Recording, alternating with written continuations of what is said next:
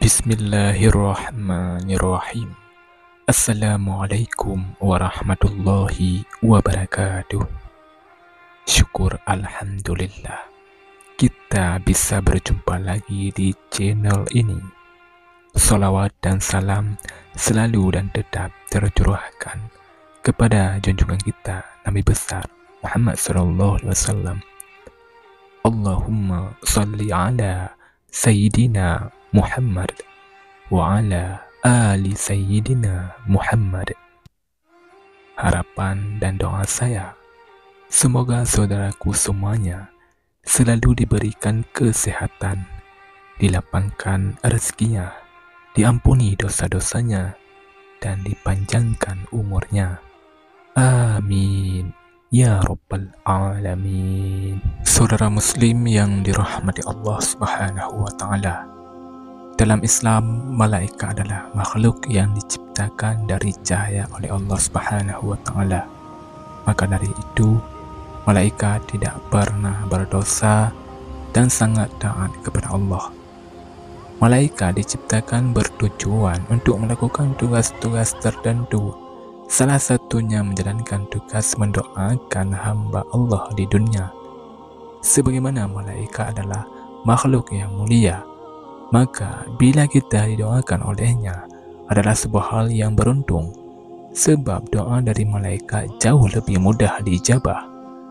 Lantas siapa sajakah orang-orang yang bisa mendapatkan doa dari malaikat? Saudara muslim yang dirahmati Allah Subhanahu wa taala, berikut ini 12 orang yang didoakan oleh malaikat dalam Islam. Yang pertama, orang yang tidur dalam keadaan berwudu. Berwudu merupakan kegiatan membersihkan atau menyucikan diri dari hadas dan kotoran. Jadi, berwudu sebelum tidur sangatlah bermanfaat, yaitu dapat membuat tubuh menjadi lebih tenang dan nyaman. Bahkan, berwudu sebelum tidur bisa dijaga oleh malaikat selama tidur, sekaligus didoakan yang baik. Dalam hadis riwayat Ibnu Hibban dan Abu Umar radhiyallahu anhu pun mengatakan, Rasulullah SAW bersabda, barang siapa tidur di malam hari dalam keadaan suci berwudu, maka malaikat akan mengikuti.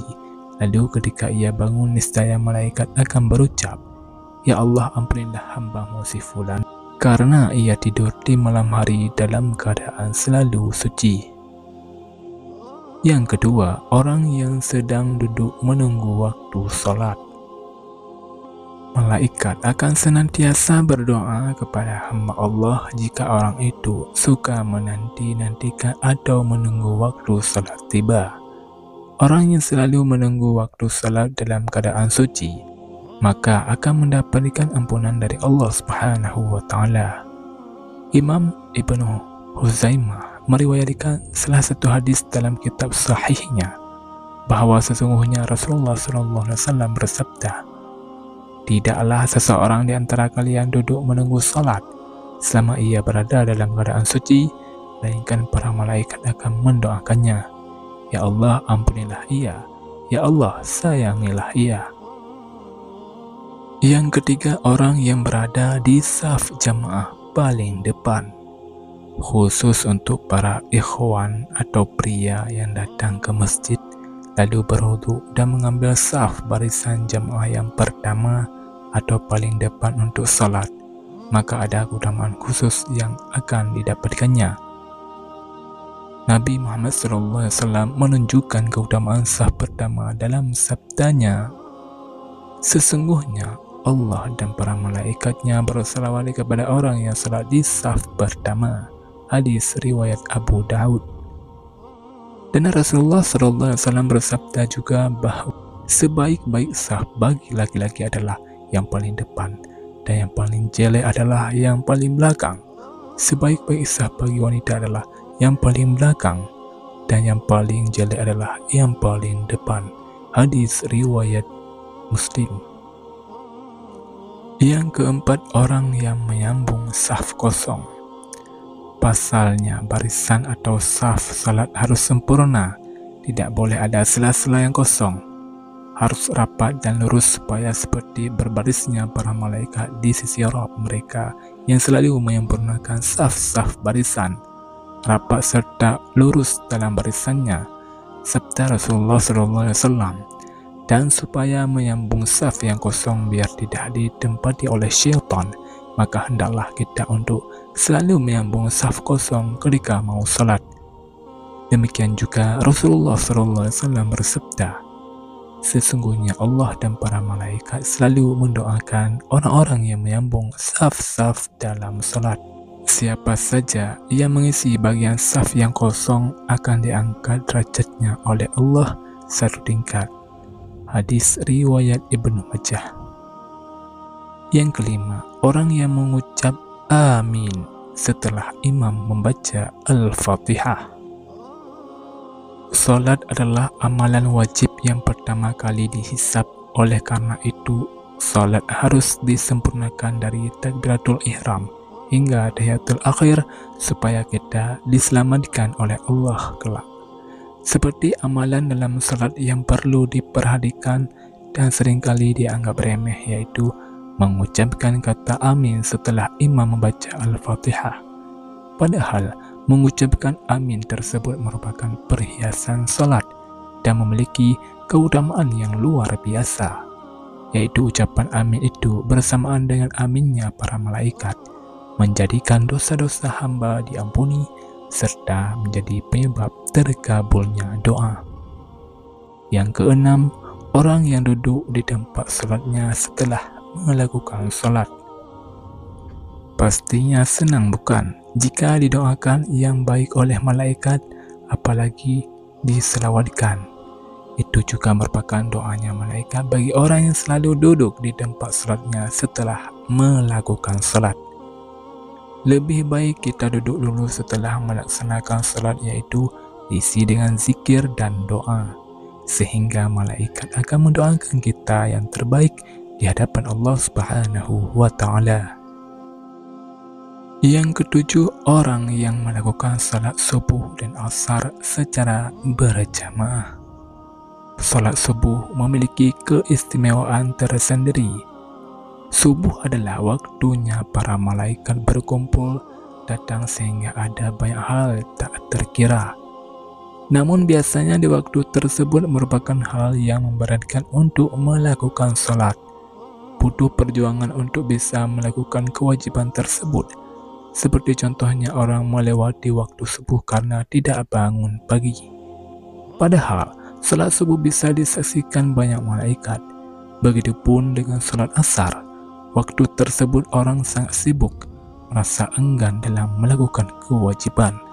Padahal dua-duanya pun punya keutamaan yang luar biasa, apalagi secara berjamaah. Yang kedelapan, orang yang mendoakan saudaranya tanpa sepengetahuan orang yang didoakan. Doa itu memang sungguh dahsyat, karena selain punya segudang manfaat yang lebih baik, dengan doa kita dapat didoakan balik oleh malaikat, bahkan doanya lebih baik lagi dari itu. Bila orang yang mendoakan saudaranya tanpa sepengetahuan orang yang didoakan, doa tersebut akan segera dikabulkan. Yang kesembilan, orang yang bersedekah. Sedekah adalah amalan yang sangat mulia dengan banyak keutamaannya. Dengan sedekah kita akan jadi lebih naik derajat, karena seperti dikatakan dalam firman-Nya Quran Surah Al-Hadid ayat 18 yang artinya, sesungguhnya orang-orang yang bersedekah baik laki-laki maupun perempuan dan meminjamkan kepada Allah dengan pinjaman yang baik akan dilipat gandakan balasannya bagi mereka dan mereka akan mendapat pahala yang mulia. Selain itu akan ditambahkan pula dengan doa para malaikat. Memang sungguh luar biasa kekuatan dari amalan sedekah ini. Yang ke-10, orang yang sedang sahur. Di balik waktu sahur, ternyata ada keutamaan yang jarang kita ketahui, yaitu bisa mendatangkan berkah kebaikan dan pahala yang mengalir. Berkah datangnya dari Allah. Sungguh beruntungnya orang yang sedang sahur akan mendapatkan selawat dari Allah dan doa para malaikat. Di waktu tersebut kita dapat meluangkan waktu untuk lebih banyak beribadah kepadanya. Jadi pahala senantiasa mengalir terus. Yang ke-11, orang yang sedang menjenguk orang sakit. Seseorang yang menjenguk orang sakit juga punya keberkahan yang hakiki, bahwa orang yang menjenguk orang sakit akan diberikan pahala serta keberkahan dari Allah, sebagaimana dijelaskan dalam hadis riwayat Ibnu Majah. Barang siapa yang menjenguk orang sakit, maka malaikat dari langit memanggil, "Berbahagialah kamu dan sungguh baik langkahmu, dan engkau menempati sebuah rumah di surga." Kesimpulannya, seseorang yang menjenguk orang sakit akan didoakan oleh para malaikat, dan setiap langkahnya ketika menjenguk maupun setelah menjenguk terdapat keberkahan pahala yang berlimpah. Yang ke-12, orang yang mengajarkan kebaikan. Berbuat baiklah ke semua orang, sekecil apapun. Kalimat tersebut sudah seringkali kita dengar, tapi dari kalimat sederhana itu memang harus kita terapkan dalam hidup. Sebagai umat muslim, kita diperintahkan untuk selalu mengajarkan dan mengajak manusia kepada kebaikan, maka pahalanya akan menjadi untukmu juga. Selain itu, orang yang senantiasa memberikan kebaikan juga akan didoakan malaikat. Dengan mengajarkan atau mengajak kebaikan, sama dengan kita berdakwah di jalan Allah dan dapat mencegah orang lain dari kemungkaran. Sungguh luar biasa pahala bagi orang tersebut.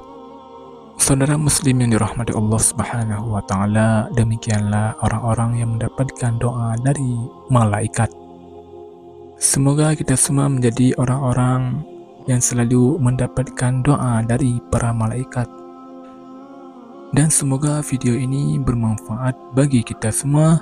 Wallahu a'lam bishawab. Assalamualaikum warahmatullahi wabarakatuh.